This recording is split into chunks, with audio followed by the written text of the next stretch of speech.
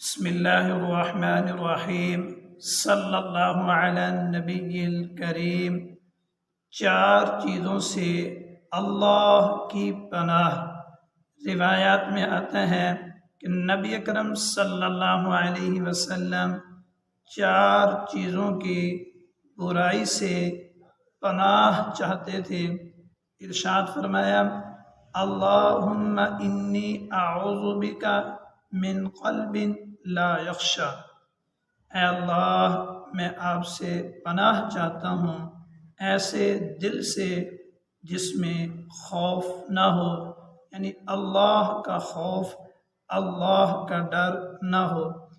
ومن دعاء لا یسمع، ایسی دعا سے جسے قبول نہ کیا جائے، جسے شرف قبولیت حاصل نہ ہو۔ ومن نفس لا تشبع، ایسے نفس سے جو کبھی سیر نہ ہو، کبھی اس کا جی نہ بھرے۔